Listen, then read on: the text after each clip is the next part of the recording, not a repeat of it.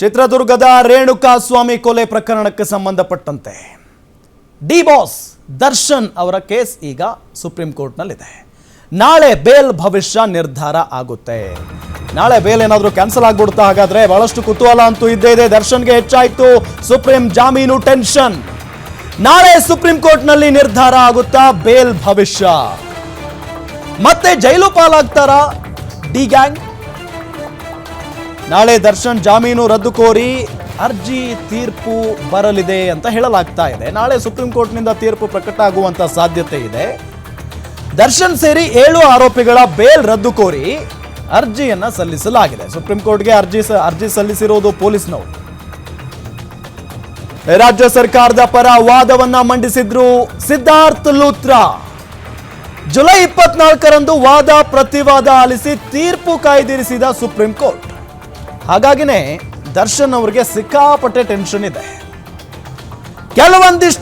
ಕೆಲವೊಂದಿಷ್ಟು ನೆಪಗಳನ್ನ ಹೇಳಿ ಅಥವಾ ತೊಂದರೆಗಳನ್ನ ಹೇಳಿಕೊಂಡು ಕಾರಣಗಳನ್ನ ಹೇಳಿಕೊಂಡು ಅವರು ಜಾಮೀನನ್ನ ಪಡೆದುಕೊಳ್ಳುವಲ್ಲಿ ಯಶಸ್ವಿ ಕೂಡ ಆಗಿದ್ರು.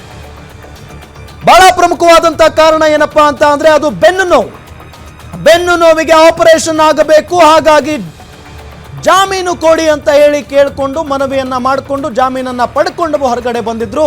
ಅದಾದ ನಂತರ ಹೊರಗಡೆ ಬಂದು ಅವರಿಗೆ ಆಪರೇಷನ್ ಆಗಲಿಲ್ಲ, ಬೆನ್ನು ನೋವಿನ ಆಪರೇಷನ್ ಆಗಲಿಲ್ಲ. ಆದರೆ ಸಿನಿಮಾ ಚಿತ್ರೀಕರಣದಲ್ಲಿ ಭಾಗಿಯಾಗಿದ್ರು. ಈ ಎಲ್ಲ ವಿಚಾರಗಳು ಕೂಡ ಇಲ್ಲಿ ಪ್ರಮುಖವಾಗಿ ಬರುತ್ತವೆ.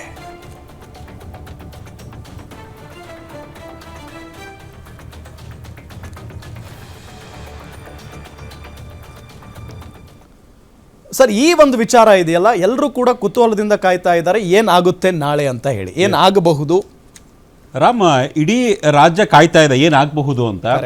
ನಾವು ಜುಲೈ 24ನೇ ತಾರೀಕು ಸುಪ್ರೀಂ ಕೋರ್ಟ್ನಲ್ಲಿ ವಿಚಾರಣೆ ಆಯಿತು. ಜುಲೈ 24ನೇ ತಾರೀಕು ವಿಚಾರಣೆ ಆದಾಗ ಕೆಲವೊಂದಿಷ್ಟು ಕ್ವಶನ್ಸ್ ಅನ್ನ ರೈಸ್ ಮಾಡಿತ್ತು.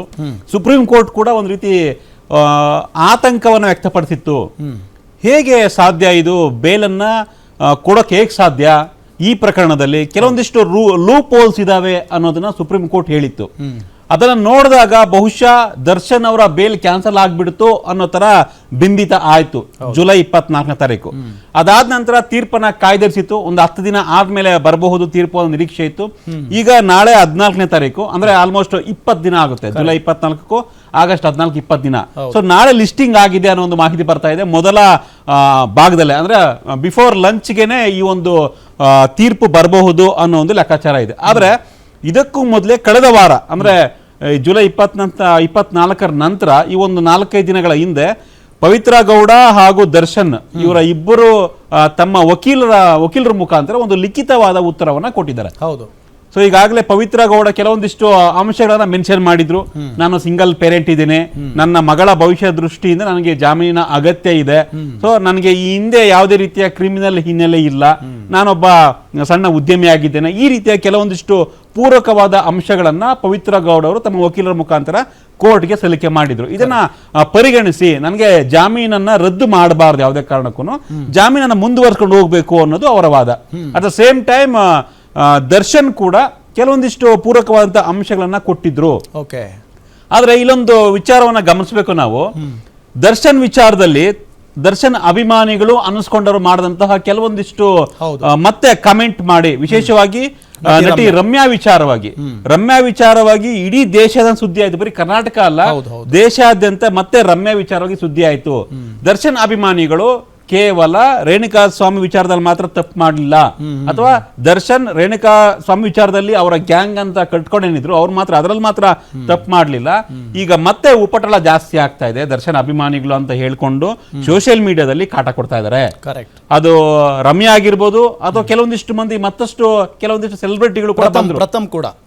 ಪ್ರಥಮ್ದು ಕೂಡ ದೊಡ್ಡ ವಿಚಾರ ಆಯ್ತು. ಸೊ ಹೀಗಾಗಿ ದರ್ಶನ್ ವಿಚಾರ ಏನಾಗಬಹುದು, ದರ್ಶನ್ಗೆ ಈ ಎಲ್ಲಾ ಅಂಶಗಳನ್ನು ನೋಡಿದಾಗ ಬಹುಶಃ ಬೇಲ್ ಕ್ಯಾನ್ಸಲ್ ಮಾಡ್ಬಿಡಬಹುದಾ, ಮಾಡ್ತಾರ ಅಂತ ಹೇಳ್ತಿಲ್ಲ, ಮಾಡುವಂತಹ ಸಾಧ್ಯತೆಗಳು ಕೂಡ ಹೆಚ್ಚಾಗಿದ್ದಾವೆ. ಇದಕ್ಕೆ ಪೂರಕವಾಗಿ ಸುಪ್ರೀಂ ಕೋರ್ಟ್ ಹೇಳಿದ್ರು ಲಾಸ್ಟ್ ಟೈಮ್.